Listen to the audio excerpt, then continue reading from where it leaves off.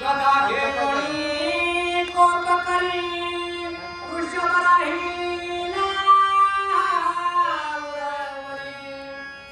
काय पडिना धरणीवरी उगाची रुधिर. पुन्हा घरात कधी गेला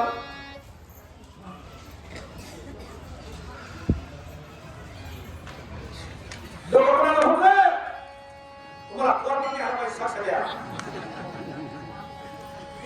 वाटा. आता एवढं कसं झाली ओळी ऐकून तुम्ही सांगायला डोकं कोणाचं फुटलं माझं फुटलं. ज्याचं कपाळ फुटलं त्याच्या कपाळाला काय करायचं आपल्याला. महापर्षावानं ऋषभाचं बरोबर आहे का. बरोबर आहे बघा. महापर्षावाच्या हातात काय होती गदा. आवेशात आलं त्याला तू आडवतो का तू आडवतो अशी जी गदा कर कर कर कर कर कर फिरले जे ऋषभाच्या डोक्यात घातले डोकंच फुटलं. आणि डोकं फुटल्यावर सरा अंगावर काय पडलं नाला म्हणजे सऱ्या अंगावर अभिषेकच झाला.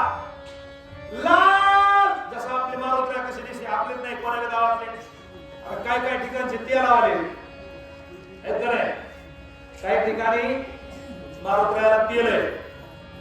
आमच्या कबीरजीनं तुळशीदासजीनं रामाला येड्यात काढलं. रामाला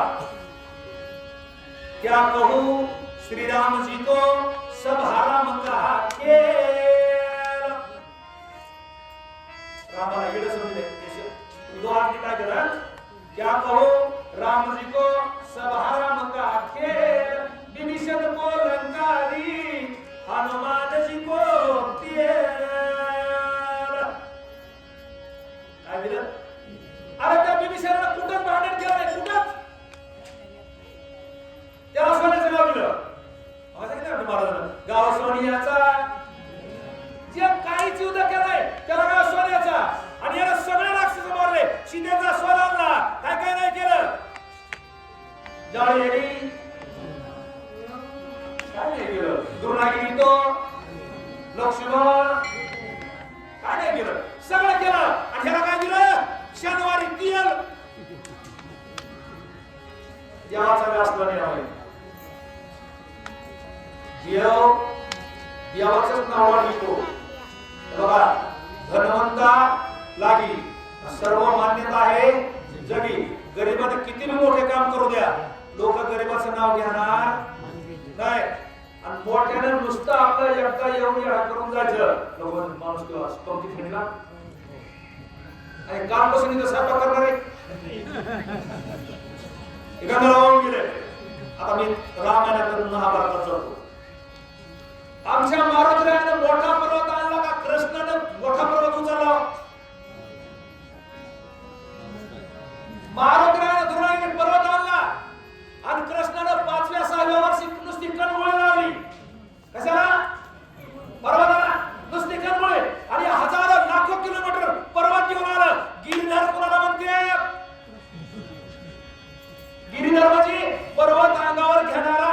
तुम्हाला सांगतोय हिंदीतलं नाव आहे पर्वत डोक्यावर घेणारा कोण. नाव दिलं कृष्णाला. नाव दिलं कृष्णाला गिरिधर. आता याचा एक दोहा सांगतो तुम्हाला माझ्या बद्दल नाही. बडो की होत बडाई बाबा हे सगळं तुम्ही जाणून तरी जा. बडो की होत बडाई गरीब को पूछे ना कोई.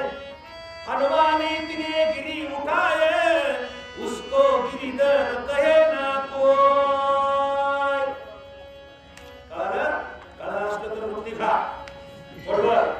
त्याच्यासाठी काय हो पतिव्रतेच्या पदरी धोडा वेशेला मनिहार.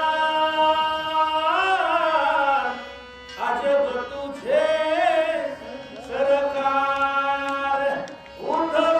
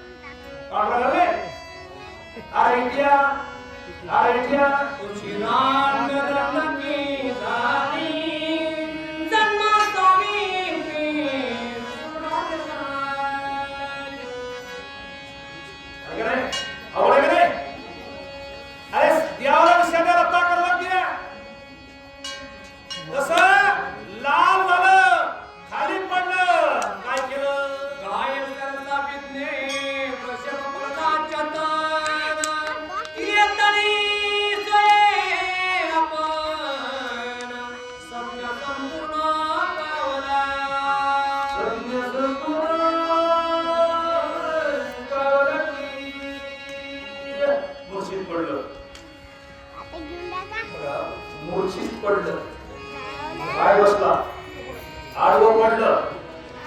पण त्यांचा एवढा देवावर विश्वास होता, एवढा देवावर विश्वास होता, ते मनात देवाचा जग विसरलं नाही.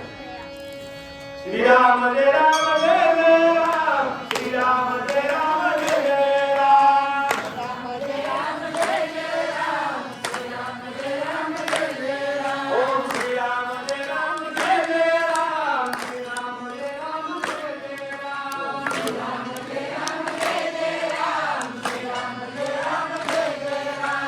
श्रीराम जय राम जय जय राम, श्रीराम जय राम जय जय राम,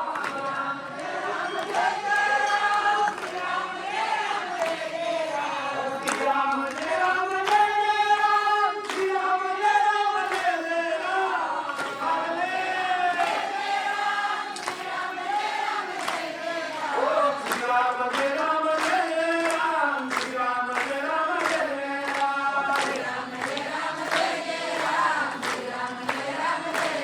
ओम श्रीराम जय राम जय जय राम, श्रीराम जय राम जय जय राम.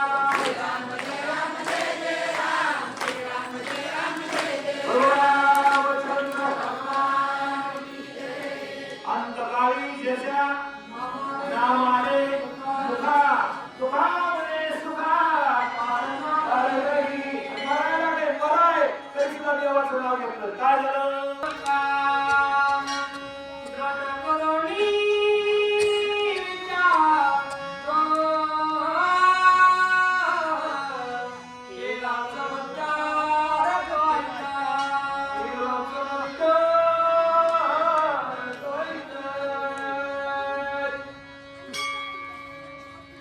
नाम अमृत संजीवनी. किंवा डोळी आम्हाला ते काय नाम अमृत संजीवनी. या सुशेलानं औषधीचा पाला पिळून लक्ष्मण उठला. त्यावेळेस मारुतीने सांगितलं बाबा कसा लक्ष्मण उठणार नाही, त्याच्यात नामाचा अमृत टाक. नामाचा अमृत म्हणजे कामामध्ये काम, दळिता कांडिता जेविता घे. माऊलीला सांगायचे एखाद्या माऊलीनं जर देवाचं नाव घेता घेता भाकरी केल्या, देवाचं नाव घेता भाजी केली, पोळी केली, चपाती काही बी करू द्या, त्या माऊलीनं जर ते देवाचं नाव घेता घेता जर ते स्वयंपाक केला, तो जर कोणी बी खाल्ला तर त्या माणसाच्या मनातले संकल्प विकल्प निघून जाते. पण आमची माऊली तशी करीत नाही. स्वयंपाक करता करता पोराला म्हणणार मुर्द्या कुत्र्या तिकडे म्हणालास इकडे काय आलायस. मावल्यावर स्वयंपाक करताना हरिपाठ मनातल्या मनात म्हणायचं नाही.